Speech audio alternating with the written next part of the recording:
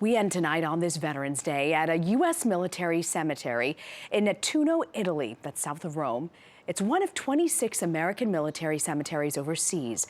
And earlier this month, Pope Francis became the first pope ever to visit these hallowed grounds. Seth Doane is there. Pope Francis walked alone among the U.S. military graves. Almost 7,900 U.S. service members killed in Italy during World War II are buried here. Among them, U.S. Army Private Martin McNamara. I see an act of God in bringing us today. Whose nephew and family visited from Ireland for the first time 73 years after his death.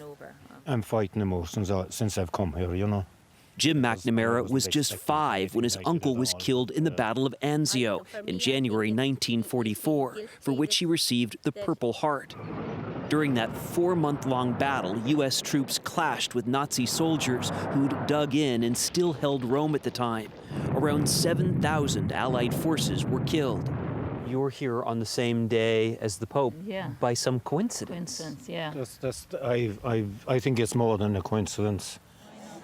Seated in the front row, the McNamara family listened to Pope Francis, who pleaded against future battles and wondered why we haven't learned the lessons of war. The pontiff said war does not usher in a new world, a spring he called it, but instead always ends in an ugly, cruel winter and death. Michael Falona, an Air Force colonel stationed in Rome, said it was humbling to be among so many American war dead. You know, as a military family, we sacrifice to be overseas and away from our relatives and our family back home. And so when you come to an American cemetery, and we visited a few throughout Europe, you feel a sense of coming home.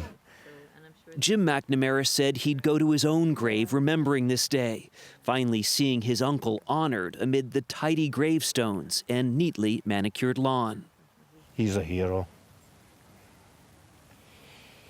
He's my hero.